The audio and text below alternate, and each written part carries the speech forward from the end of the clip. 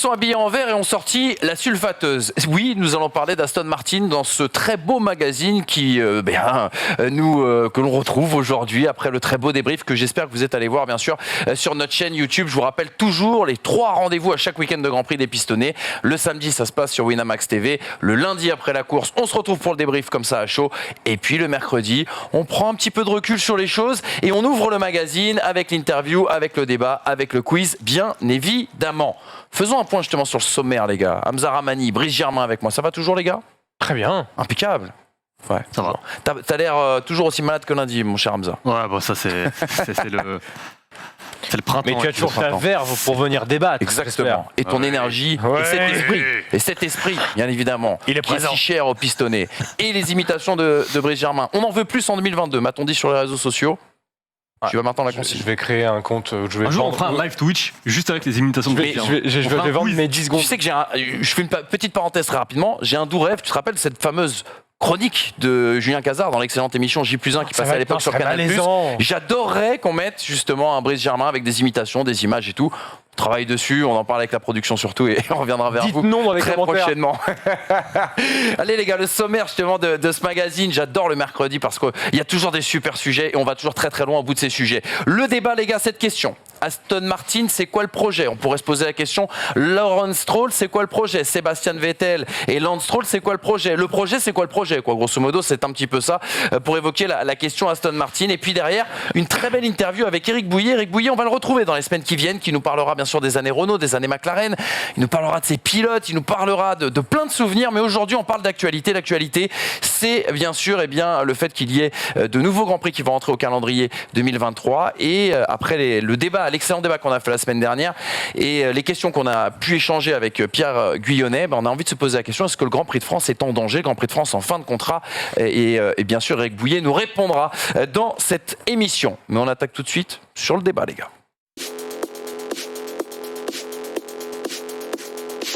Aston Martin, c'est quoi le projet ? Un début de saison catastrophique qui pourrait laisser augurer en tout cas d'une catastrophe industrielle à l'issue de cette saison 2022. On n'en est pas encore là, mais regardez le récapitulatif et le premier postulat pour ce très gros débat. Le cauchemar australien déjà, c'est ce qui a motivé un petit peu ce sujet aujourd'hui. On rappelle que Vettel a été privé de roulage vendredi à cause d'une panne moteur, qu'il y a quand même eu 4 accidents en 2 jours. Stroll, nous a fait entrée plat ou plat dessert, ce que vous voulez. Il a été pénalisé samedi, il a été pénalisé dimanche.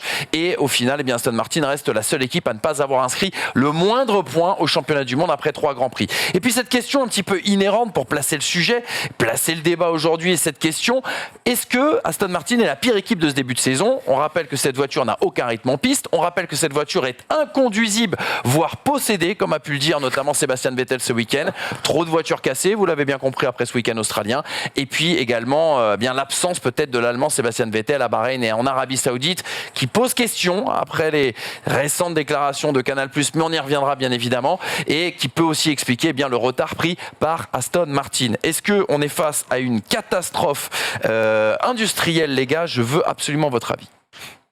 Catastrophe industrielle, on le verra si finalement le bout du projet termine comme on a vu As par exemple tomber dans les bas-fonds du truc. Mais ce qui est dommage, c'est qu'un projet qui semblait avoir été lancé l'année dernière avec un nouveau nom, de nouveaux sponsors, une nouvelle manière de philosopher sur cette Formule 1, avec un constructeur d'automobile, je parle, qui vient amener son nom et du coup ses ressources pour une écurie de Formule 1, je m'attendais à mieux que un Force India, un Racing Point, qui est simplement en fait des écuries qui tentaient de s'inscrire dans le long terme sur de la Formule 1. Aston Martin, ça reste une marque de voiture et t'as l'impression qu'ils savent moins faire des voitures que les autres. Alors est-ce que c'est juste un naming, tout ça, machin, voilà, effectivement. Mais la création de cette AMR 22 et le contexte politique et économique qu'il y a autour, pour moi, ne me fait penser qu'à une lente descente aux enfers, parce que je ne vois rien, jamais, aucun motif d'espoir. Ça, je n'en vois pas. En fait, c'est un petit peu, vous savez, comme les débats post-élimination du Paris Saint-Germain en Ligue des Champions. Moi, j'aime beaucoup associer Aston Martin et le PSG. Je ne sais pas pourquoi, mais peut-être vous en saurez un peu plus dans ce débat. Vous allez voir, on va rentrer après dans le vif du sujet. On parlera des pilotes, on parlera des dirigeants, on parlera de tout ça. Moi, je ne sais pas. Pour toi, Hamza, j'ai l'impression qu'il n'y a pas de culture sport automobile au sein de cette écurie, qu'il n'y a pas d'esprit, qu'il n'y a pas d'ADN, que quelque part on a créé quelque chose un peu de toute pièce, mais que pour le moment on voit rien. Est-ce que tu es d'accord là-dessus ? Ou est-ce que c'est trop dur ? Non, mais je te rejoins par rapport aux infos qui sont sorties un peu ces derniers jours, notamment sur le départ de South Nowhere, qui... je sais plus qui disait ça d'ailleurs. Julien Febvreau quand on a parlé sur Canal, mais vous verrez, il y a d'autres personnes qui en ont parlé après. Qui laissait quand même clairement entendre qu'il est parti parce que Lawrence Stroll il se mêle de tout et de n'importe quoi. Enfin, Lawrence Stroll, il doit être là pour donner de l'argent, basta. Et s'il commence à se mêler de la Formule 1, de l'aspect technique, de l'élaboration, du développement, chacun en fait, et ça je pense que c'est en Formule 1, mais c'est, je veux dire, dans le sport, mais même dans la vie de tous les jours, dans la vie en société, chaque personne doit être dans ses compétences et ne pas dépasser le cadre de ses compétences. Si effectivement Lawrence Stroll se retrouve dans une situation où il essaye de tout... s'il se prend pour Bernard Tapie, mais qu'il n'y a pas les résultats de l'OM dans les années 90, bah forcément tu te retrouves dans une situation où t'es ridicule. Et là, Aston Martin est ridicule en début de saison. Mais après, le board d'Aston Martin, en fait, il y a un problème de conception de qui fait quoi. C'est-à-dire que le board d'Aston Martin doit certainement considérer Lawrence Stroll comme un bienfaiteur, avec son argent et son fils. Et Lawrence Stroll doit se considérer comme l'omnipotent de toute cette écurie et donc du coup le décisionnaire de tout. Et du coup, il y a un conflit total d'attribution des rôles, d'ownership, on va dire, de position, qui fait que, en fait, à mon avis, chacun prend des décisions, mais en fait, c'est contredit. Enfin, je suis pas sûr que tout le monde avance dans le même sens du côté de chez Aston Martin. Moi, j'ai l'impression que depuis le départ de Vijay Mallya, de Force India, qui lui avait une passion du sport automobile et qui essayait... Bon, après, il a d'autres frasques, hein, mais il a quand même bâti... Non, mais sa gestion de Force India, on peut quand même le dire, elle est exemplaire. Jusqu'à une faillite, mais dans l'aspect sportif, lui, il n'allait pas se mêler de pilote prendre, de comment développer la voiture. Il restait dans son coin, il nommait les personnes, il payait les personnes pour faire le travail. Et en l'occurrence, le travail de Force India, il était plutôt intéressant. On parle de Jordan, on parle de Midland, on parle de Spiker, on parle quand même de projets qui ont tous échoué. Force India est quand même le seul projet à avoir... avec Jordan quand même. Mais oui, à la fin ça a échoué, mais Jordan c'est une belle page de la Formule 1 quand même. Oui, c'est vrai. Mais effectivement, je pensais plus Jordan années 2000 que plus tôt. Mais Vijay Mallya a construit quand même quelque chose qui est arrivé avec une pole de Fisichella à Spa en 2009, qui jouait la victoire d'ailleurs, qui est arrivé à mettre Force India à un moment donné, troisième force du plateau, je sais plus si c'est 2016-2017, où on avait quand même très régulièrement Hülkenberg-Pérez qui était 6 ou 7 ou 8, et ça scorait. L'époque Ocon-Pérez, où on avait tout le temps des bagarres Ocon-Pérez parce que ces deux voitures étaient performantes, avec deux pilotes performants, deux pilotes motivés, avec un Sergio Pérez en relance parce que départ de McLaren, avec toujours un jeune pilote qui arrivait qui avait les crocs.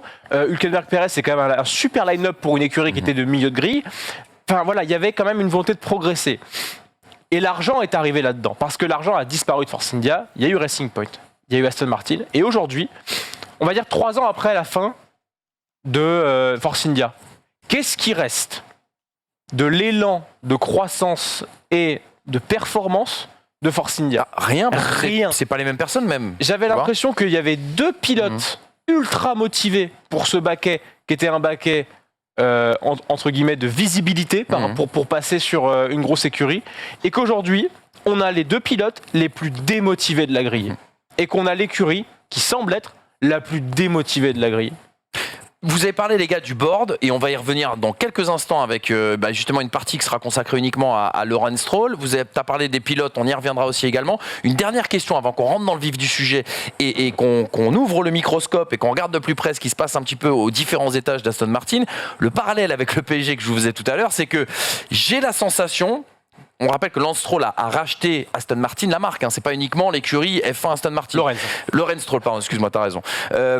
J'ai la sensation que quelque part, côté marque, côté marketing, côté merchandising, ça se passe bien en termes d'image. En tout cas, on redore le blason, on remet en avant cette marque Aston Martin. Mais par contre, que le projet sportif, c'est pas qu'il est inexistant, c'est qu'il est brinque-ballant quelque part.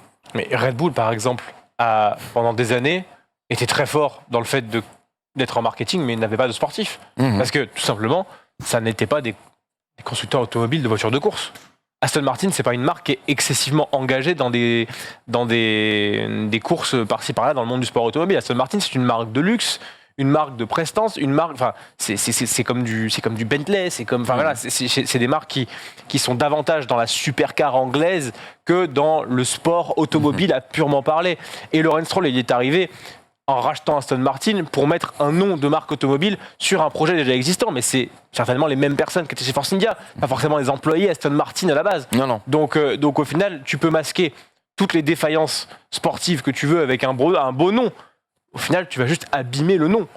Aston Martin, aujourd'hui, est abîmé par la politique qui a été faite. Mais maintenant, Lorenz Stroll amène l'argent. Mais si, en interne, on n'est pas capable de décider de qui sera utile pour développer cette monoplace et pour créer quelque chose de sportif, ça veut donc dire que Lorenz Stroll, en termes de gestion humaine et de connaissance du sportif, c'est peut-être pas la bonne personne. Peut-être qu'il devrait nommer un directeur sportif qui lui connaît mieux. Comment ? Et de connaissances managériales. Bien sûr. C'est que, avec tout le respect que j'ai pour lui, c'est pas quelqu'un d'intelligent pour avoir de l'argent et placer cet argent au cœur d'une écurie. Parce qu'au final, même lui perd de l'argent. Enfin, je vois pas l'intérêt. Oui, est-ce que c'est pas l'histoire, c'est, tu sais, ce qu'on connaît dans d'autres sports aussi, c'est-à-dire des gens qui ont réussi dans le monde des affaires et qui arrivent dans le sport avec la prétention justement d'avoir réussi dans le monde des affaires et se dire, je vais faire exactement pareil et ça va marcher exactement de la même manière. Gérard Lopez, Lotus. Oui, voilà, par exemple, exactement, c'est un excellent exemple. C'est vraiment la même chose. Après, sauf que c'est plus compliqué, quoi. Mais en fait, le truc, c'est que moi, je pense qu'ils avaient même déjà les bonnes bases. Parce que Otmar Szafnauer, moi, je l'aime pas. Et je l'aime pas pour des raisons du fait que c'est un directeur d'équipe qui vient de la finance. C'est pas comme un Binotto qui est ingénieur, c'est pas un Toto Wolff qui a été pilote. C'est quelqu'un qui est là parce que financièrement, c'est quelqu'un qui sait gérer une équipe de manière managériale. Mais Otmar Szafnauer a participé à la croissance de Force India. Et aujourd'hui, tu es Lorenz Stroll, tu arrives avec ton argent et tu marches sur les plates-bandes de quelqu'un qui a fait fonctionner l'écurie, alors que tu lui donnes de l'argent pour passer un autre step. Szafnauer, en fait, il représentait le projet. Voilà, c'était l'image du développement de Force India. Et aujourd'hui, en fait, son départ est l'image du fait que Lorenz Stroll veut reprendre ce projet en main, mais n'en a peut-être pas ni les personnes autour de lui compétentes, ni même lui les capacités pour savoir dire faut mettre l'argent là, faut mettre l'argent là, faut mettre l'argent là. Enfin, ça fait 3 ans, depuis l'annonce de cette Mercedes Rose, que Force India Racing Point Aston Martin est en décroissance parce que il n'y a pas de volonté de construire une voiture sportivement incroyable. Il y a une volonté de comprendre ce qui marche ailleurs pour le mettre chez nous. Dans ces cas-là, je propose qu'on attaque les gars sur qu'on appelle notre premier accusé. Un petit point, là c'est en train de me revenir, on parle d'image d'Aston Martin. Même les autres pilotes sont en train de tailler un petit costard à Aston Martin. Je ne sais pas si vous avez vu la déclaration de Max Verstappen sur la voiture de sécurité Aston Martin. Elle est trop lente. Qui est plus lente. Et George Russell derrière dit elle est au moins 5 secondes plus lente que la voiture de sécurité Mercedes. Alors là, on le dit sur le temps de l'humour. Mais c'est peut-être une réalité. Faudrait voir. Voilà, faudrait se pencher quand même sur le sujet. Parce qu'effectivement, si tu as 2 voitures de sécurité différentes, ça peut poser problème pour les pilotes. Des surchauffes. Exactement. Justement, le premier accusé, Lorenz Stroll, on l'a dit. C'est quoi le projet, Lorenz? Regardez, ça va récapituler un petit peu ce que vous nous avez dit en première partie avec ce tableau. Une large restructuration, on rappelle, de Aston Martin qui a été lancée et entamée bien sûr l'an dernier. On rappelle qu'on va construire une nouvelle usine. On a fait venir beaucoup d'ingénieurs aussi également du côté d'autres top teams. Il y a cette nouvelle direction sportive qui a été mise en place depuis l'intersaison, depuis qu'on a dit à Otmar Szafnauer, merci beaucoup monsieur, merci pour les services, mais au revoir. Martin Whitmarsh a notamment rejoint bien sûr les rangs de Aston Martin. Il y a ce que tu disais, Brice, le passage des Mercedes Rose, qui était un pari audacieux il y a quelques années, au statut quelque part de loser dans ce début de saison. Et puis la gestion de Lawrence Stroll qui est décriée. Plus de précision concernant cette gestion avec deux personnes qui ont accepté de témoigner. La gestion de Stroll en question. Colin Coles notamment a sorti la sulfateuse. Lui, l'ancien dirigeant notamment d'écurie de Formule 1, qui dit ceci: ça ne marchera pas. Pourquoi ? Parce qu'ils ont un propriétaire qui pense qu'il est le chef de l'équipe. Il sait tout mieux que tout le monde et met son fils au centre avec tout son pouvoir. Ce n'est pas du tout la bonne approche pour moi. Si vous prenez $1 million et que vous le jetez dans un feu, l'argent brûlera aussi vite que si vous ne savez pas ce que vous faites en Formule 1. C'est quoi le projet aujourd'hui ? Acheter des pièces à une autre équipe ? Comment voulez-vous que l'ambiance soit bonne si le propriétaire ne vous fait pas confiance ? Tant que Monsieur Stroll ne réalisera pas qu'il doit rester chez lui, fixer des caps et laisser les gens qui savent travailler, ça ne marchera pas. Vous parliez d'Otmar Szafnauer, qui était bien sûr le directeur sportif la saison dernière. Lui aussi a son explication et il revient justement sur son éviction. Ils ont expliqué très clairement que je ne récupérerai pas les responsabilités qui étaient les miennes auparavant. Une fois que j'ai appris ça, c'est-à-dire à Abu Dhabi, les gars, il faut quand même le préciser, il était alors temps de chercher ailleurs. C'était durant la dernière course, on m'a dit: tu étais autrefois le gérant de l'équipe, mais ce n'est plus le cas. J'avais un contrat, je n'avais donc aucune raison de partir. Si on ne m'avait pas retiré mes responsabilités, alors je serais resté. Elle pose question, cette gestion quand même de Lawrence Stroll. Quand on commence à parler, tel que c'est le cas en tout cas avec ces deux personnages, ça sent quand même pas très bon dans le cadre feutré habituel de la Formule 1. Ils ont tout dit, hein. Ils ont tout dit, ouais. Là, Là, on peut clore le débat. Ouais. Oui, terminé, passons à autre chose. Non, mais oui, ce qui est dit est totalement vrai. Lawrence Stroll dépasse largement de ses fonctions. Et il y a un truc qu'on a pu voir grâce à Netflix, c'est vrai. Je ne sais plus si c'est l'année dernière ou l'année d'avant. Chez Williams déjà, hein, tu le vois sur Netflix. Quand il demande des comptes à Claire Williams, quand il met une pression, oui, alors il paye. Mais tu le vois avec Szafnauer. T'as l'impression quand même que Szafnauer, 50% de son temps effectif de travail à cette époque, c'est gérer Lawrence Stroll. C'est faire en sorte qu'il soit pas français. C'est faire en sorte que Lens soit mis dans les bonnes dispositions pour pas que Lawrence vienne à intervenir. Je prends cet épisode de la présentation de la monoplace, où il s'inquiète avant toute chose de savoir à quelle heure Lawrence doit repartir. Machin. Enfin, je veux dire, à un moment donné, si tu mets de l'argent pour être le calife, tu n'as rien à faire là. Le but, c'est pas d'acheter les gens. Le but, c'est de créer un projet. Donc si toi, avec ton argent, la chose que tu veux faire, c'est acheter une super puissance et devenir du coup le maître absolu de 500 personnes qui travaillent, c'est pas en Formule 1 que tu dois être, parce que ça va forcément mener à des désastres. Lui, il va retirer son argent, l'équipe n'aura plus de quoi subvenir, et derrière, sportivement, elle ne sera pas intéressante à racheter. Donc au final, ce qu'il est en train de faire, c'est peut-être un sauvetage de ce qui était Force India à très court terme, et que finalement, cette écurie peut être amenée à disparaître s'il n'y a pas une gestion beaucoup plus saine humainement et sportivement du cas Aston Martin. Mais là, on est dans une omnipotence de l'argent de Lawrence Stroll, qui considère, malheureusement comme beaucoup de gens, que quand ils payent, ils ont tous les droits. Et c'est pas le cas.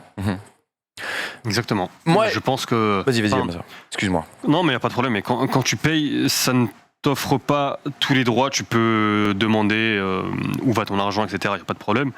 Mais si tu payes pour te comporter comme Lawrence Stroll, pour lui, moi, j'estime que c'est une perte de temps, que c'est une perte d'argent.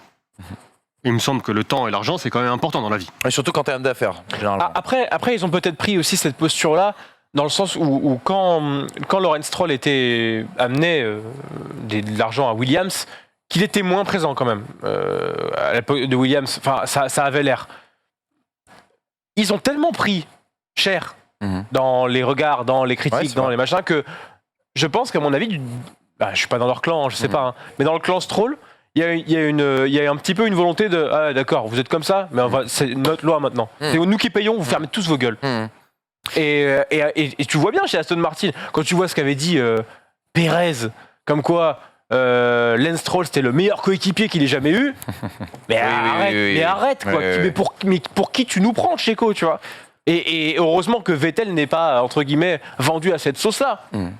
Il y a quand même une question que qui m'interroge en tout cas sur Aston Martin, puisqu'on est sur le volet Lawrence Stroll, c'est quelles sont réellement les motivations de Lawrence Stroll à racheter Aston Martin. Je parle du groupe, pas uniquement l'écurie de Formule 1, pas le rachat uniquement de Racing Point et ce renaming. Le fait qu'il soit allé au-delà, c'est-à-dire d'acheter la firme Aston Martin et de renamer, on va dire, Racing Point avec cette appellation, on va dire, mythique et assez légendaire quand même pour les amoureux de l'automobile. Je me demande, est-ce que c'est l'homme d'affaires qui a tenté d'essayer de faire un bon coup avec Aston Martin, ou est-ce que quelque part c'est un joujou de plus pour son fils? Je sais pas. Moi, je trouve que la question elle se pose quand même, parce que quand on voit la gestion despote presque qui est faite par Lawrence Stroll, franchement, enfin, cette question me vient vraiment en tête, quoi, les gars. Changer le nom de l'écurie en Stroll Martin. Tu me piques ma vanne d'hier, toi. Venez toi. Oh, quelle mauvaise foi, Ramadi. Honnêtement, enfin, je sais pas, moi, j'arrive pas à comprendre ce qu'il fait en Formule 1 si derrière il a des ambitions. Ça lui offre une image, mais en termes d'image aujourd'hui, moi, l'image que j'ai d'Aston Martin, elle est négative. L'image que j'ai de Lawrence Stroll, elle est négative. L'image que j'ai de Lance Stroll. Mais c'est pour ça que je pose la question, est-ce qu'il a vraiment acheté cette firme pour faire un coup, ou est-ce qu'il a vraiment, il n'a pas fait un énorme cadeau, un nouveau joujou à son fils? Je pense que la politique des pilotes payants, très souvent, elle est court-termiste. On l'a vu avec des John Palmer, on l'a vu avec des Pastor Maldonado, on l'a vu avec tous ceux qui amenaient des budgets et qui ne performaient pas, je parle. Là, avec Lance Stroll, moi j'ai l'impression qu'il y a une volonté de sécuriser ça par le fait d'incarner un projet, et que le projet, du coup, personne ne l'a choisi pour ce projet, c'est son père qui l'a choisi pour le projet. Donc, on met de l'argent chez Williams pour que le fils arrive, mais il exaspère tout le monde et il n'est pas au niveau. À un moment donné, Williams peut faire un autre choix. Donc, on rachète, enfin, on est propriétaire de Racing Point et on met de l'argent. Sauf qu'à un moment donné, il va falloir compenser les pertes. Qu'est-ce qu'on fait? On essaye avec une marque de voiture de série, même si c'est de luxe, en gros, développer le marketing, chose qu'il sait faire. C'est un businessman, il sait développer une entreprise. Donc, on développe de ce côté-là et on s'assure, en étant propriétaire de la marque généraliste, que la marque ne se désengage pas d'un projet sportif tel que la Formule 1.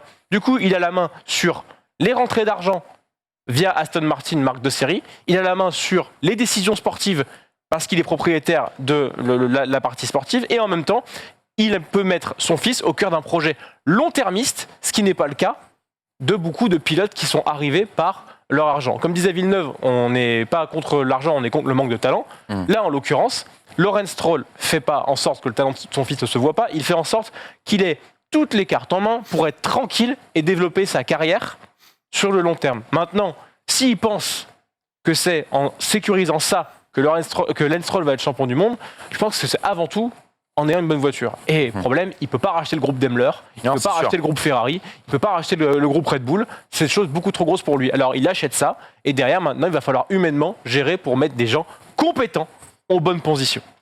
C'était l'argument aussi de notre ami des Piello, notre ami Pierrot qu'on embrasse, qui, lorsqu'il parlait du cas Lance Stroll, il disait souvent c'est pas un mauvais pilote. Quand on retrace sa carrière, ce qu'il a fait avant la Formule 1, même ce qu'il a pu faire en Formule 1, c'est pas un mauvais pilote. C'est pas forcément quelqu'un qui ne mérite pas d'être en Formule 1. Par contre, la question qui se pose, c'est est-ce que être en Formule 1, c'est le rêve de Lance Stroll, ou est-ce que c'est le rêve de Lawrence Stroll? Et c'est pour ça que je te dis que cette question de la motivation de racheter Aston Martin, etc., c'est pas qu'elle m'obsède, mais je l'ai vraiment en tête parce que j'ai la sensation que quand tu vois tout ça partir à volo, peut-être qu'il faut aller chercher l'explication sur la motivation première et sur le pourquoi du comment dès le départ. Quand ils sont, alors c'est peut-être la suite, la transition, mais quand ils réussissent à démotiver Sébastien Vettel, moi ça veut tout dire sur le projet. Exactement. Mais après, c'est facile. On peut cracher facilement sur Lance Stroll dans le sens où il n'a jamais été dans une écurie qui jouait des choses intéressantes. Donc automatiquement, Racing Point, la Mercedes Rose, elle était intéressante. J'allais y venir, mais des pilotes où ça fait 5 ans qu'ils sont en F1, 6 ans qu'ils sont en F1 et qui sont encore en fond de grille, tu les vois très souvent démotivés. Très souvent. Oui. Et la seule fois où on a vu Lance Stroll exprimer quelque chose qui nous a donné un vent d'air frais par rapport à sa personne, Turquie 2020, pole position, I love my job, machin. On l'a bien vu faire, il était content.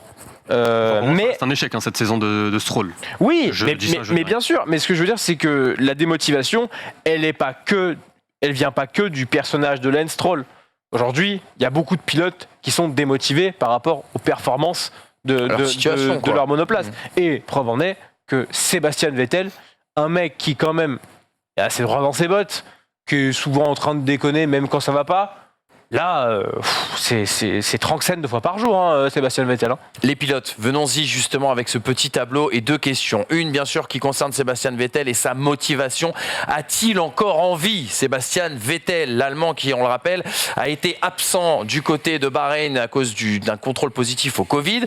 Mais il y a eu des sous-entendus qui ont été faits par Julien Febvre et Franck Montagny sur Canal+, au sujet de, à Jeddah. Alors, moi, j'ai compris entre les lignes qu'il avait peut-être boycotté, mais qu'il ne pouvait pas l'officialiser, parce qu'on rappelle qu'Aramco, le pétrolier saoudien, est le sponsor titre de Aston Martin. Peut-être que c'était un problème de motivation. Ça, j'attends votre avis là-dessus. Ce fameux tour en scooter qui a quand même étonné en essai libre 1, parce que c'est vrai qu'on n'est pas habitué à voir un Sébastien Vettel un petit peu en roue libre, comme ça, un peu décontracté, même si c'est ce genre d'image qu'on aime bien. Ça étonne de la part de Sébastien Vettel. A-t-il encore envie? Les langues se délient. Vous allez le voir avec le prochain habillage. Et puis, on évoquera aussi forcément la Stroll, la descente aux enfers, battue d'entrée en essai par Hülkenberg et par Vettel. Et puis ces fameuses défenses au-delà des limites et le débat Stroll qui revient sur la table. Mais restons pour commencer sur Sébastien Vettel. Regardez la déclaration. On reste avec notre ami Colin Coles parce qu'il nous a vraiment offert quelques petites pépites la semaine dernière. Il nous a bien motivé à faire ce débat. Je pense que le début de saison d'Aston Martin a totalement démotivé Vettel. Je doute qu'il veuille continuer à piloter cette voiture. Il ne veut tout simplement pas s'infliger ça. Ça peut paraître comme une thèse très audacieuse, mais je suis sûr qu'il réfléchit beaucoup pour savoir s'il devrait encore faire ce qu'il fait. Gerhard Berger aussi également, qui a managé Sébastien Vettel, on s'en rappelle, du côté de chez Toro Rosso, qui va pointer une nouvelle limite dans ce projet Aston Martin et sur l'attitude surtout de Vettel. Si on lit ses déclarations en parlant de Vettel, on a l'impression que Seb s'occupe déjà de choses complètement différentes de la Formule 1. Je me souviens d'un Sébastien qui prenait les courses de la manière la plus concentrée, focalisé uniquement vers le succès, mais je reste persuadé que s'il a une voiture compétitive, il sera performant, qu'il ait des abeilles en tête ou non. C'est un grand pilote de course, mais même aujourd'hui. Mais le problème, alors là, sortez le bazooka. Le problème, c'est que Mike Krack, donc le nouveau directeur sportif de Aston Martin, ne savait déjà pas pourquoi en DTM, ses BMW étaient en première ligne un jour et à la traîne le lendemain. Alors je vois pas comment il peut proposer mieux à Seb et réussir en Formule 1. Mais ça montre tout. Lawrence Stroll a choisi un mec qui réussissait. Il a regardé la feuille des temps, il dit c'est qui le dirigeant de ça, machin, il l'a pris, terminé. Il n'a pas pris plus de temps que ça pour aller chercher son directeur d'écurie. C'est quand même fou d'en arriver là. Donc, moi, je suis pas. Enfin, Vettel est démotivé, mais pas parce que c'est Sébastien Vettel. Vettel est démotivé pour une chose qui a démotivé tous les pilotes dont le projet n'est pas encore performant aujourd'hui. C'est qu'on a vu l'ère hybride 2014, 2022, 2021, la domination que ça a été de Mercedes et que concrètement, si on n'est pas au bon endroit au moment où ça change, c'est fini. C'est pas que c'est fini, mais ça va être très compliqué. Et du coup, Sébastien Vettel, qui est plus en fin de carrière qu'en début de carrière, qui a subi cette domination Mercedes, alors que lui sortait de 4 ans incroyables de titres, de succès, il arrive dans une écurie qui lui promet un projet, exactement comme Mercedes a promis à Lewis Hamilton un projet en 2013. Il arrive, boum, dernier sur la grille. Il était déjà démotivé après Ferrari. Mais alors là... normal qu'il soit comme ça, mais normal qu'il soit comme ça. Il a de plus en plus de cheveux, il a de moins en moins de chevaux. C'est quoi cette histoire? Non mais honnêtement, enfin là, c'est terrible. La résignation, qu'est-ce qu'il fait là, quoi? Qu'est-ce qu'il s'inflige? Quadruple champion du monde, hein. Là, maintenant, ça. Quadruple champion du monde. On en est là. Ce qui est terrible, c'est que j'ai l'impression que les gens, la jeune génération, va quand même se souvenir d'un Sébastien Vettel en fin de carrière qui rate son passage chez Ferrari, qui se retrouve là à faire le clown sur un scooter, alors qu'on parle quand même d'un quadruple champion du monde. Et c'est ça la qui jeune est génération qui se souviendra de Kimi Raikkonen deuxième partie de saison, comme toi. J'allais faire le parallèle en plus. Non, mais dans l'idée, c'est ça. Et en fait, la résignation est là. Alors après, il y a eu l'Arabie Saoudite. Oui, ça faut qu'on en parle, les gars, parce que moi j'ai pas bien compris. J'ai pas compris l'allusion, à savoir est-ce qu'il n'est pas venu en termes de. Alors non, mais est-ce qu'il a boycotté? Non, parce que l'information elle est incomplète. Et bon, je sais pas si vous êtes d'accord ou pas, mais je vais pas mettre un pénalty à Canal+. Mais Julien Febvre, il est gentil, mais Julien Febvre, il se. Mais il a ses infos. Oui, mais soit tu donnes l'info en entier, soit tu la donnes pas. Mais parce qu'on a certainement, il doit pas certainement être sûr et qu'on a dû lui dire, écoutez, genre il y a une possibilité parce que le test Covid de Vettel était négatif et qu'il a dû dire pour raison personnelle, c'est tout. Mais après, Julien Febvre peut pas aller plus loin que ce qu'il entend, tu vois. Se protège en balançant un sous-entendu qui est quand même assez important. Maintenant, il y a Sébastien Vettel qui a aussi communiqué de son côté. Oui, c'est vrai. Sébastien Vettel, il a dit « J'étais malade, je ne pouvais pas piloter ». Il y a quand même la parole de Julien Febvre, il y a la parole de Sébastien Vettel. Il y a quand même la parole du principal intéressé qui connaît mieux son corps, son propre corps que Julien Febvre et que toutes les sources, etc. Moi, j'aurais quand même tendance à croire Sébastien Vettel, d'autant plus que si sur une situation de santé, tu ne crois pas le principal concerné, bah quoi ça sert de faire des émissions où tu prends les déclarations de qui tu veux pour en faire...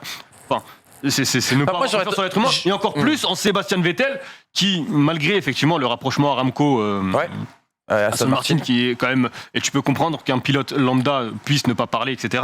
Mais Sébastien Vettel, ça a toujours été le premier à s'exprimer sur la Russie, sur Sochi. C'était le premier à monter au créneau. Aujourd'hui, il a son casque aux couleurs de l'Ukraine. C'était, je crois, en Hongrie où il avait le t-shirt Rainbow Color. Il a dit mettez-moi des sanctions si vous voulez. Moi, je fais ce que je veux et personne ne me dictera ce que je fais, ce que je dis, ce que je porte. S'il y en a bien un qui peut promouvoir ses idées, c'est lui. C'est bien Sébastien Vettel. Donc si moi, Sébastien Vettel me dit j'étais malade, je ne pouvais pas piloter, j'aurais quand même tendance à lui faire confiance, à croire Sébastien Vettel. En même temps, j'aurais tendance aussi à me dire, si Julien Febvre se permet de le dire à l'antenne, que le sous-entend. Le sous-entend, mais Franck Montagny l'a fait aussi également sur un plateau un petit peu plus tard, etc. Je me dis... C'est pas des mecs c'est pas des mecs qui alimentent la rumeur, c'est pas des mecs qui lancent des choses comme ça, c'est pas le café du commerce et quelque part s'ils le font c'est qu'ils doivent avoir quelques billes, mais le problème c'est que tu n'as pas l'information complète, donc c'est pour ça que je disais soit tu dis tout, soit tu dis rien, mais laisser l'entre-deux, je trouve que ça laisse planer la rumeur. Voilà, c'est un avis personnel et il n'y a rien de personnel contre les gens de Canal. Si on reprend ce prisme-là que potentiellement Sébastien Vettel aurait dit non, moi je ne vais pas en Arabie Saoudite. Je suis pas sûr que ça aurait sincèrement servi la cause Sébastien Vettel, parce que s'il y en a bien un qui peut prendre la parole dans ce groupe de pilotes et peut-être mieux résister à Domenicali, c'est peut-être lui. Je veux dire, quand on arrive avec un casque marqué No War dessus et que on roule sur une piste qui prend un missile 10 km derrière, on se dit que peut-être lui a plus de poids. Je sais pas. Après, c'est pas tant sur ce qui s'est passé à Jeddah qu'il faut parler de Sébastien Vettel. Là, c'est surtout sur la situation d'un pilote extrêmement talentueux, quadruple champion du monde, qui aujourd'hui a l'air dégoûté de son sport et qui fait partie d'une écurie dont les préceptes sont dans ceux qui le lui ressemblent le moins, en fait. Et maintenant, moi, je me pose la question, quel est l'intérêt pour Aston Martin d'avoir recruté un Sébastien Vettel si, dans ce qu'on a dit avant, avec Lawrence Stroll, avec la politique de Lawrence Stroll, tu fais tout pour faire une voiture pour Lens. Quel est l'intérêt d'avoir un quadruple champion du monde pour, au final, ne pas prendre en compte la manière, les philosophies de voiture qu'il aime? Parce que lui, il s'est développé une caisse, Sébastien Vettel. Lui, il comprend les voitures. Il sait ce qui va, ce qui va pas. C'est un grand pilote, quand même. Et aujourd'hui, elle convient pas. Alors, on n'amène pas Sébastien Vettel que pour le marketing, normalement. On amène pour des résultats. Et les résultats, en fait, si on prend pas en compte les avis d'un mec qui a développé la Red Bull et qui l'a amené là où elle était avec Adrian Newey, je trouve ça un peu dommage. C'est un peu dommage et un peu du gâchis. C'est comme laisser périmer un steak de Kobe que tu aurais acheté. Peut-être que l'idée de Lawrence Stroll, c'était de faire venir Sébastien Vettel pour faire développer la voiture pour Lance Stroll. À ce moment-là, tu le recrutes en directeur technique. Oui, pas en pilote. J'en sais rien, moi. Je balance des théories. Le coup du steak de Kobe, c'est très bon. Je voulais la valider. Les gars, sortons un petit peu du prisme. On n'a même pas parlé de Lance Stroll. On en a parlé un petit peu tout à l'heure avec, bien sûr, avec la relation avec son papa. Tu veux dire. D'ailleurs, excusez-moi très rapidement. Vas-y. Il y a une caméra embarquée de Lance Stroll en fin de course. Incroyable. Oui, le volant tombe tout seul. Le volant et la voiture penche toute seule d'un côté. Tu m'étonnes qu'ils disent après pour le crash sur la Latifi que la voiture elle penche un peu à droite là comme ça. Donc du coup, normal, tu lâches le volant, frère. Ceci peut expliquer cela. C'est vrai, t'as raison. Le on-board est incroyable. Ça y est aussi. Toi, tu mets un tir à Stroll, peut-être qu'il a lâché son volant, mais en l'occurrence, si la voiture, je sais pas, moi je suis assez perplexe moi par rapport à cette Aston. Il y a des périodes. Parce qu'il y a vraiment des périodes où moi il m'impressionne. Et même la course d'hier, Ah bah oui, bien sûr. Franchement, il fait une belle course. La stratégie est bonne. Et puis même la volonté de défense est là, même s'il en fait trop. Mais il y a quelque chose. Je sais pas. C'est comme ça. Et j'ai du mal à cerner le personnage. J'ai envie d'arrêter de lui mettre des tirs parce qu'il mûrit, qu'il est un peu différent. Ça fait longtemps qu'on a arrêté de lui mettre des tirs à Lance Stroll. Ouais, mais en même temps, il y a des fois, il est tellement agaçant que tu. Enfin bref, dans tous les cas, l'ensemble du projet est un marasme. Est un marasme par tous les critères qu'on a évoqués. En 1 minute, les gars, ça sera le mot de la fin. Je vous laisserai conclure ce sujet. Une question, maintenant, on fait quoi ? On a d'un côté les budgets capés qui offrent moins de latitude. On sait qu'il y avait la tentation chez Aston Martin d'arriver avec une toute nouvelle voiture en cours de saison. On a du mal à croire qu'ils puissent le faire, bien sûr, avec ce budget capé. On l'a dit, il y a cette incapacité à se remettre en question, en tout cas en très haut lieu dans cette écurie. Et puis, depuis la semaine dernière, on parle beaucoup aussi également d'un possible accord avec Audi, puisque Volkswagen pourrait revenir en Formule 1 en 2026. On sait qu'il y a eu des négociations entre McLaren et Audi et qui n'ont pas abouti. On sait qu'il y a des pourparlers à l'heure actuelle entre Audi et Aston Martin, pendant que Porsche pourrait se rapprocher de Red Bull. Maintenant, on fait quoi, les gars ? Est-ce que vous y croyez, du coup, à long terme ? Est-ce que vous vous dites, bon, c'est le temps qu'il y ait cette restructuration, il peut y avoir des bonnes nouvelles, il peut y avoir des bonnes opportunités pour Aston Martin, ou vous êtes vraiment pessimiste et vous dites, non, ce projet, il semble être quand même mort-né, quoi. Je vais reprendre la base de l'année dernière, où on se disait, en début 2021, pardon, la lutte au milieu de tableau, ça va être McLaren, Ferrari, Aston Martin, Alpine, à peu près. Ferrari, grande écurie, projet, motoriste excellentissime. Tu sais qu'ils vont se relever à un moment donné. Hop, on l'écarte. McLaren, grande équipe, grande histoire, ingénieur de qualité, erreur faite parfois sur le développement, mais des solutions, des bons outils. Mets de côté. Reste Alpine et Aston Martin. 2 projets nouveaux, récents, des équipes qui changent, qui tournent, avec une incertitude sur le bien fondé de leur présence en F1 sur le long terme, parce qu'il y a une attente de résultats. C'est à peu près les mêmes cas. Alpine se fixe des caps, qui parfois sont un peu malheureux dans la communication, mais se fixe des caps. Elle recrute Fernando Alonso. Aston Martin recrute Sébastien Vettel. Un parallèle à faire. Alpine met des ressources pour développer ce qui se passe. Cherche à comprendre l'année dernière les problématiques de sa voiture. Alpine arrive cette année avec une monoplace qui a gommé ses défauts et qui a amené un plan sur l'année pour la fiabilité et sur 100 courses pour le titre. Elle a amené un cap. Aston Martin n'a rien amené. Rien du tout. La communication d'Alpine sur les 100 courses, moi je suis pas fan. Mais par contre, pour l'interne, pour l'écurie, il y a un objectif, il y a une vision, on sait où on va. Là, il n'y a pas de cap chez Aston Martin.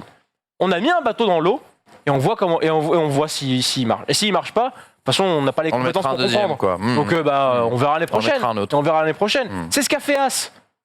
Et As, sans le moteur Ferrari miraculeux qui revient, c'est nulle part. Alors après, on peut dégonner Aston Martin en disant que oui, du coup, ils ont le moteur Mercedes, et le moteur Mercedes cette année, il plombe tout le monde. Mais en attendant, ils sont tellement dépendants des autres que du coup, ils ne peuvent rien décider eux-mêmes. Et à partir de là, tu subis. Et quand tu subis, t'es là. Ils n'achètent pas que le moteur en plus comme pièce à Mercedes. Hamza, le mot de la fin sur Aston Martin et la suite. Perspective à court, moyen, long terme. Je suis d'accord. À court terme, il n'y a pas de raison d'être optimiste. Moyen, long terme, ça va dépendre de Lawrence Stroll. Oh, je pense que ça va dépendre d'Audi, moi surtout.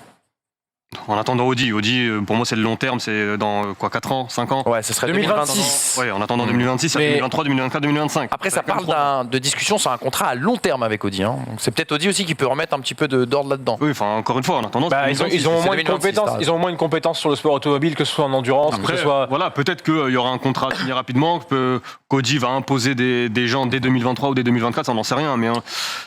Ça peut être une bonne affaire aussi pour Lawrence Stroll, une porte de sortie en revendant son écurie à Volkswagen. Ça peut être une possibilité. Pour le moment, c'est un accord, un partenariat. La différence, c'est que l'état dans lequel Lawrence Stroll a acheté Force India était bien meilleur et bien plus sain que l'état. Je suis pas d'accord.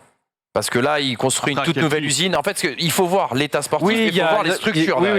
Et la vérité, c'est que tu as une toute nouvelle usine, etc. Quelque part, il la valorise aussi, cette structure, et ça peut lui permettre de faire une plus-value. L'immobilier, vous êtes les bienvenus. Stéphane Plaza n'est pas là, mais on peut vous donner quelques tips, bien évidemment, sur ce plateau. Donnez-nous, surtout, vous, vos avis sur cette question. Aston Martin, qu'est-ce que vous voyez pour le futur de cette écurie, court, moyen, long terme?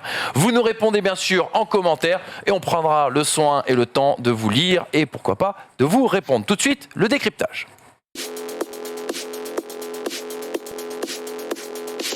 Le décryptage qui va faire écho au débat qu'on avait la semaine dernière en présence notamment de Pierre Guyonnet ici même sur ce plateau. On refait un petit retour en arrière. Stefano Domenicali, il y a 15 jours, a fait des déclarations fracassantes du côté de chez Sky Sport de Stefano Domenicali qui nous a expliqué que les 4 Grands Prix qui seront en fin de contrat à l'issue de cette saison 2022, à savoir la Belgique, le Mexique, la France et Monaco, pourrait subir en tout cas certaines pertes et on pourrait ne pas revoir de reconduction pour certains de ces 4 Grands Prix. Volonté aussi d'ouvrir à de nouveaux pays, à une nouvelle population, à un nouveau public. Volonté aussi d'aller chercher les nouvelles audiences et ça a été le cas avec l'officialisation notamment du Grand Prix de Las Vegas qui se tiendra dès 2023. Il y aura donc bien un 3e Grand Prix américain au calendrier du championnat du monde de Formule 1. Ceci nous a laisser une question en tête.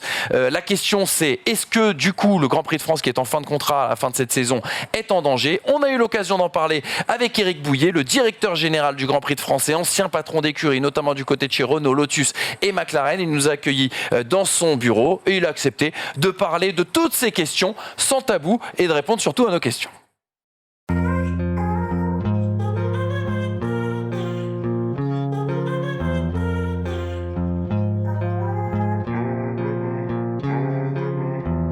Grand Prix de France 2022, c'est une date que tout le monde attend. Où est-ce qu'on en est un petit peu de la billetterie? Est-ce que vous pouvez nous faire quelques annonces aussi également sur les animations qu'il y aura autour du circuit?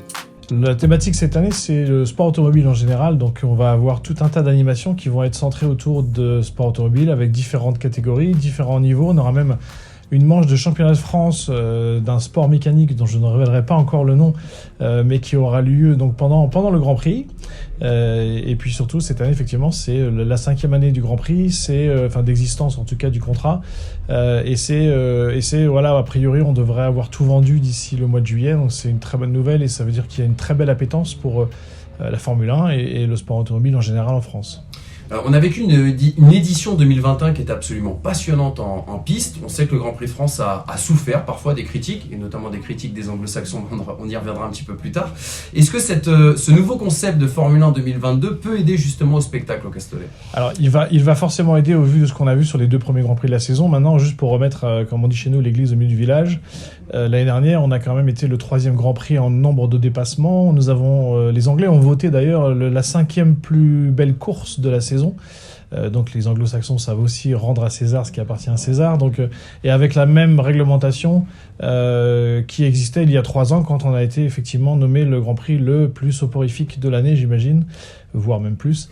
Ce qui était vrai d'ailleurs. Mais bon, tout ça pour dire qu'effectivement, il y a, au vu de la réglementation cette année, les nouvelles voitures, la nouvelle stratégie aérodynamique de la F1 nous a prouvé aujourd'hui que les voitures arrivaient à se suivre. Donc si elles arrivent à se suivre, elles vont pouvoir se doubler.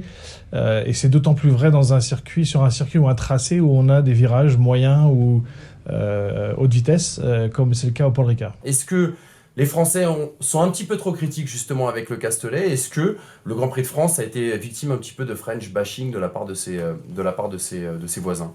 Non, je ne pense pas. Après, on a un naturel français à être effectivement critique, mais ça fait partie de notre culture et certains disent de notre charme. Donc après, il faut faire avec. Et puis, je pense qu'il faut écouter les critiques pour être toujours constructif, toujours s'améliorer. Et puis, si on veut s'installer dans la durée, on n'a pas le choix. On va essuyer forcément des critiques. Et donc, il faut en tenir compte. L'avenir du Grand Prix de France, c'est une question qui est sur toutes les lèvres, d'autant plus après les propos de Stefano Domenicali la semaine dernière. Quelle a été votre réaction lorsque vous avez découvert ces propos sur Sky Sport? Les propos de Stefano sur Spa et Monaco? Ouais. Bah, pas sur la France, donc ça va. Non, il y a des discussions. Après, il faut tenir compte un peu de l'écosystème. Alors effectivement, on a cette image, en tout cas cette vision de la F1 qui est dictée par l'argent, et c'est vrai en partie, mais aujourd'hui, la F1, forcément, a le vent en poupe, comme on dit, est en train d'exploser en termes de notoriété, en termes de spectateurs. On voit Canal+, qui bat des records toutes les semaines, et j'imagine que votre audience aussi augmente. Donc c'est normal que la F1 aussi a une vision un peu plus globale. Et la F1 aujourd'hui a changé de propriétaire. Ce sont les Américains. On voit aujourd'hui, ils ont transformé un désert qui était les États-Unis il y a quelques années.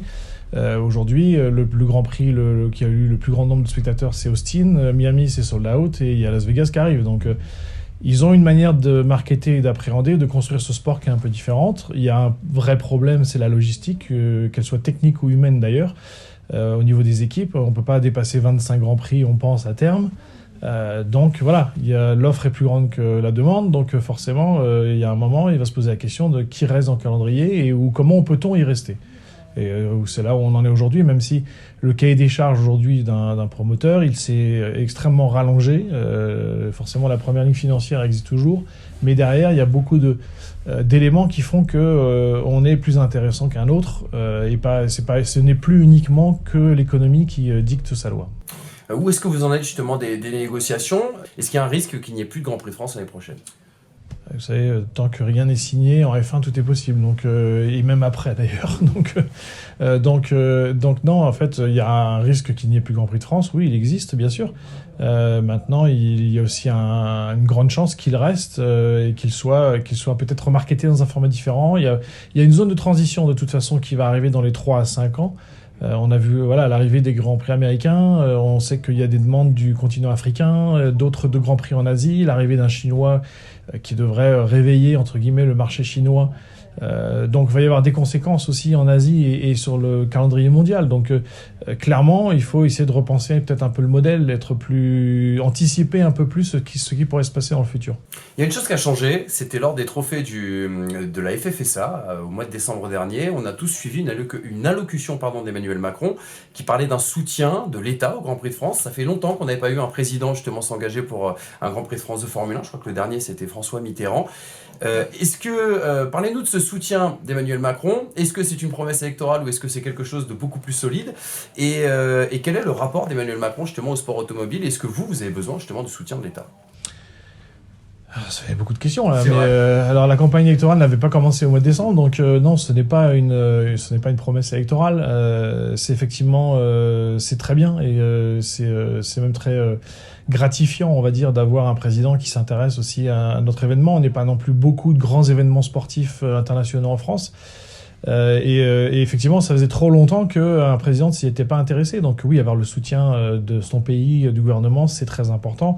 Ça fait partie de l'écosystème et je dirais de l'équation économique même du Grand Prix que on fait rayonner le pays, on donne une visibilité incroyable à la France, à la région sud pendant ces quelques jours, mais aussi tout au long de l'année, puisque un Grand Prix de France, comme le Grand Prix de France, pardon, c'est à peu près 25 000 articles de presse écrits dans l'année. Donc on existe dans la presse et donc il faut un engagement aussi, je dirais, au niveau de l'État.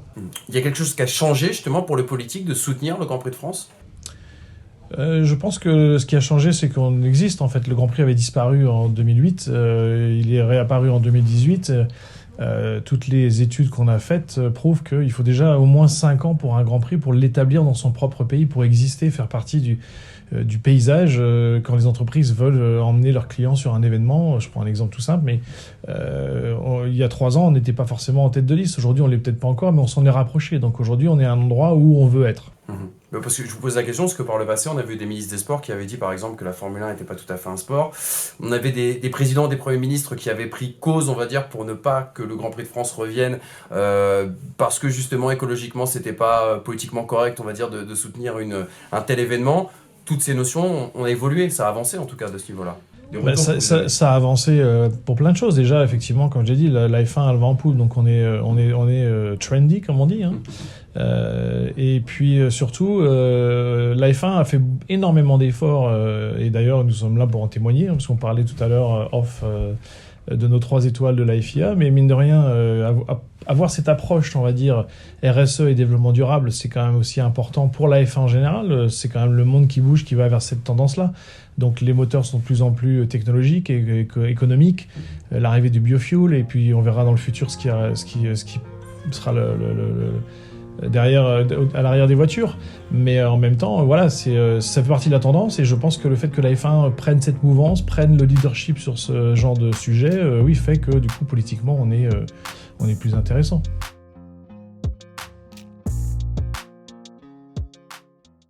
Merci beaucoup Éric Bouillet de nous avoir accueillis dans son bureau, dans les locaux bien sûr du Grand Prix de France. Éric Bouillet, les gars, on le retrouvera dans la saison, notamment pour parler de son histoire, parler aussi de ses expériences au sein de McLaren et Renault. C'est des sujets absolument passionnants qui reviendront dans les semaines à venir, toujours bien sûr dans le mag des pistonnets, retrouvés tous les mercredis. Allez, tout de suite, on lance le quiz les amis.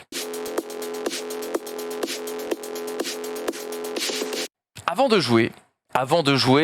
de s'amuser, il est temps quand même de faire un petit point sur les cotes de notre partenaire, bien sûr, Winamax, qui nous accompagne dans cette belle aventure des pistonnets. Alors, on n'a pas encore les cotes pour le prochain Grand Prix du côté d'Imola, mon cher Brice, mais j'ai voulu qu'on fasse un petit peu de décryptage de cotes, car comme tu l'aimes bien le dire, les cotes dans le betting, c'est un petit peu les marchés financiers. Ça vient témoigner parfois aussi également d'une situation sportive ou conjoncturelle, en tout cas dans la Formule 1, parce que c'est ça qui nous intéresse, nous, précisément. Regarde le petit tableau que je t'ai proposé.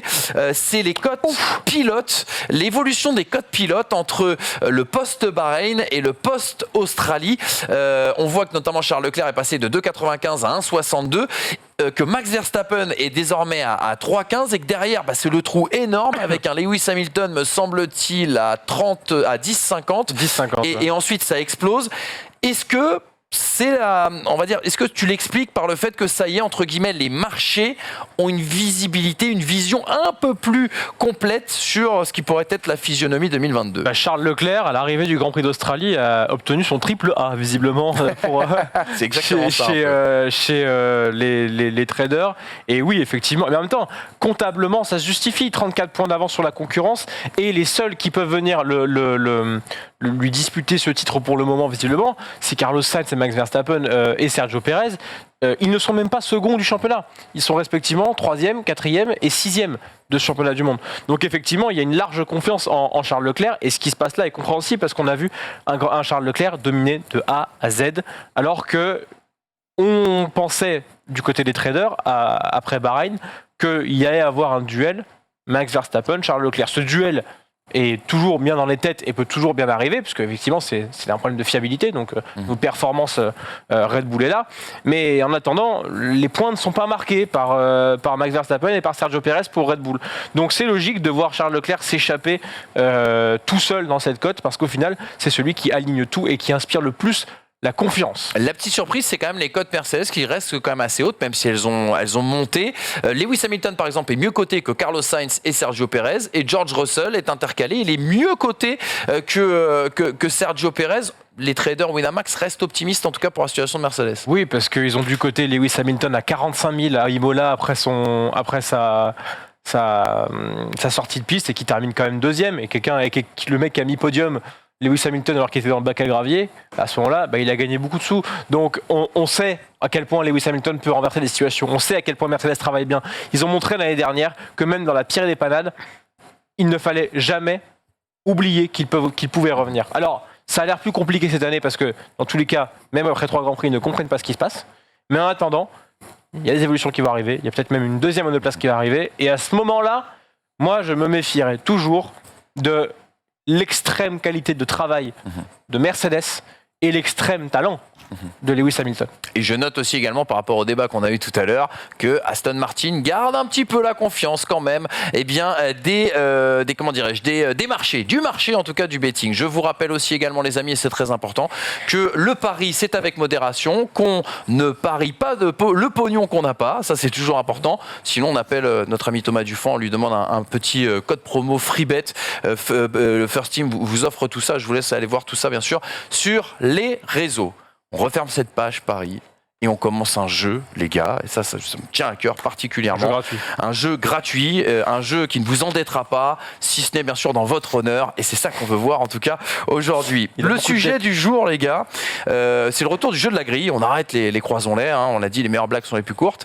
Le jeu de la grille, et j'ai décidé, puisque nous étions au Grand Prix d'Australie, de nous replonger dans la grille du Grand Prix d'Australie 2009, qui coïncide avec un énorme changement réglementaire, une énorme révolution à cette époque-là. Je l'ai vu juste avant de venir en plus. Ah ouais?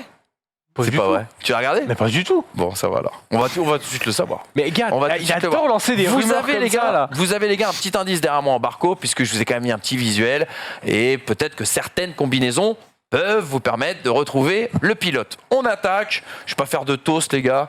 Qui est le Jenson Button. Jenson Button. Ah ouais, il commence direct. Il est là.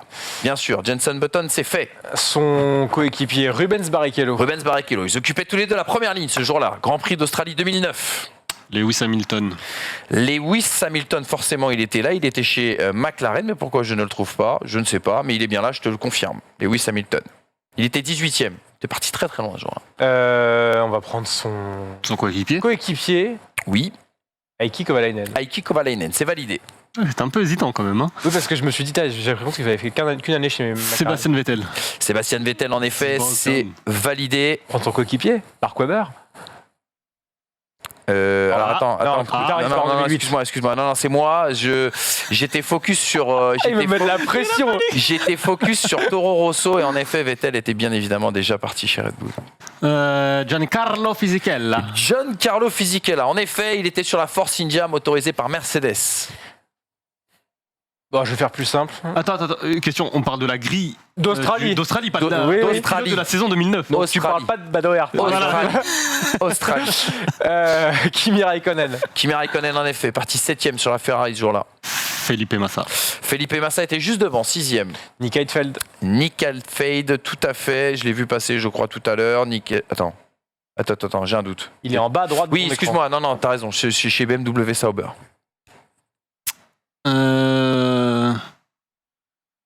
Est-ce qu'il n'y aurait pas 2009 Ouais. Robert Kubica? Robert Kubica était coéquipier, en effet, de Nick Heidfeld. On continue. Le suspense est à le temps. Nico Insoutenable. Rosberg. L'air est irrespirable. Nico Rosberg, il était bien là, en effet, sur la Williams Toyota à l'époque. Il était parti 5ème. Fantastique. Timo Glock. Timo Glock était-il encore en Formule 1? Oui, chez Toyota. Toyota qui avait été pénalisé sur ce Grand Prix-là et qui avait dû partir en dernière ligne pour une affaire d'aileron non conforme. Pardon. Un coéquipier d'un certain Jarno Trulli. Oui, tout à fait. L'homme du vin. L'homme qui a invité Rocco Siffredi dans sa modeste demeure et maison de Pinard. Et pas qu'une fois. Fernando Alonso. Fernando Alonso, oui. Pas cité. Il était chez Renault. Il en reste combien là? Parce qu'on... Nelsinho Piquet. Nelsinho Piquet. Vous allez peut-être aller au bout, les gars. Nelsinho Piquet était le coéquipier de Fernando Alonso, bien sûr, chez Renault. Putain, qui on n'a pas dit? Là, en bas, on a tout Alors, dit. je vous dis ce qu'il m'en manque. 1, 2, 3. Taf. Je vous dis les écuries, comme ça va plus simple. Est-ce que c'est... Non mais si, je sais. Il manque les 2 Toro Rosso. Il manque un Force India. Ouais. Il manque un Williams Toyota. Exactement. Et il manque un BMW. Non, tu l'as dit le deuxième, exactement. 2009. Est-ce que Jaime Alguersuari était là en 2009? Jaime Il arrive en milieu de saison. Alguersuari n'est pas là en Aïe, Australie. aïe, aïe, Il arrive en n'est milieu de pas là saison. en Australie. Sébastien Buemi. Sébastien Buemi était-il chez Toro Rosso Ouais, je à crois, cette ouais. époque? Là, encore une fois, le suspense est insoutenable, mais oui, il était parti 13ème. Du coup, T'en as un autre ou pas? C'est bon, je vais terminer avec Adrien Sutil. Adrian Sutil, oui, tout à fait. Ouais. Franchement, Je vais India. terminer- Est-ce que tu peux faire un grand chelem? Je Vas-y. vais terminer avec Il manque une Toro Rosso et une Williams. l'autre Toro Rosso. Putain, l'autre Toro Rosso. C'est pas un... Non, c'est pas Bourdet. bon, t'es sûr? C'est Bourdet? C'était Bourdet. Ok, c'est Bourdet. Et je termine avec l'autre. C'est soit Nakajima, soit Kobayashi. Ouais, et fais un choix.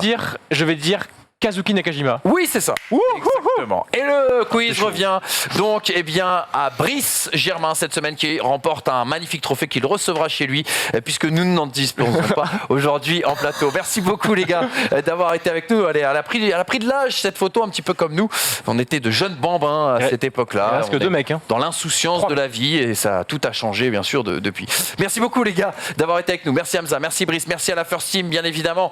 Tom et Polo qui étaient bien sûr en régie, nos 3 compères en tout cas qui nous permettent de vous proposer ce travail d'extrême qualité. On est assez prétentieux et pas peu fiers, il faut le dire. N'oubliez pas de commenter bien sûr cette émission et de nous retrouver sur les réseaux sociaux. Salut à tous et à très vite. Ciao.